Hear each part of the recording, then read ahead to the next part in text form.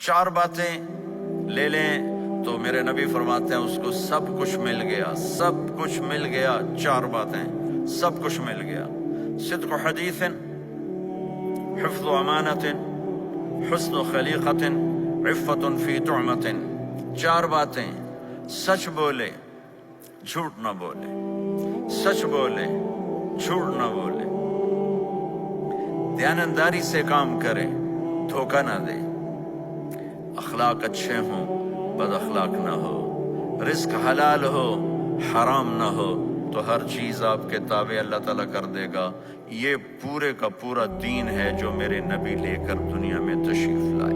ख़ास तौर पर जहाँ वालिदैन पूरी दुनिया में ही परेशान हैं, लेकिन इन मुल्कों में ज़्यादा परेशान हैं कि पता नहीं सिस्टम ऐसा है या कदर कोई नहीं है। लेकिन मेरे नबी ने फरमाया था, काश मेरी माँ जिंदा होती, तुम लोग देखते मैं क्या करता।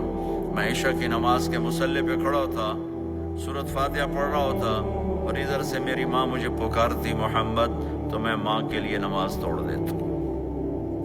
एक साहबी का पैगाम आया उनकी बेगम का कि वो मर रहे हैं लेकिन कलमा नहीं पढ़ा जा रहा।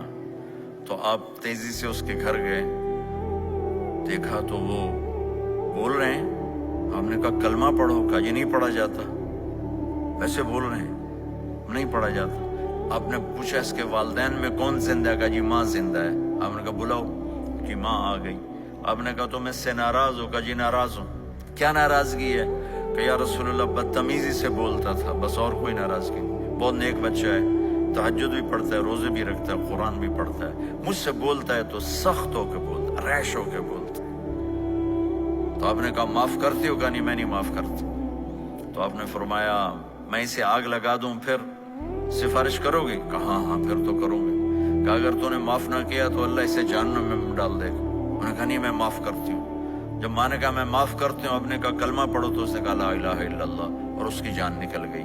फिर आपने उनका जनाजा पढ़ाया और फरमाया कि जिसने माँ बाप को दुख दिया उस पर अल्लाह की लानत, उस पर ज़मीन आसमान की लानत। उनकी न नमाज कबूल है, न रोज़ा कबूल है, न सदका कबूल है। तो मुझे आप अक्सर नौजवान नज़र आ रहे हैं, आप फैमिलीज़ वाले हैं, अपने माँ बाप को इज्जत दें, अपने माँ बाप के पाँव धोकर भी उनकी दुआ ले लें।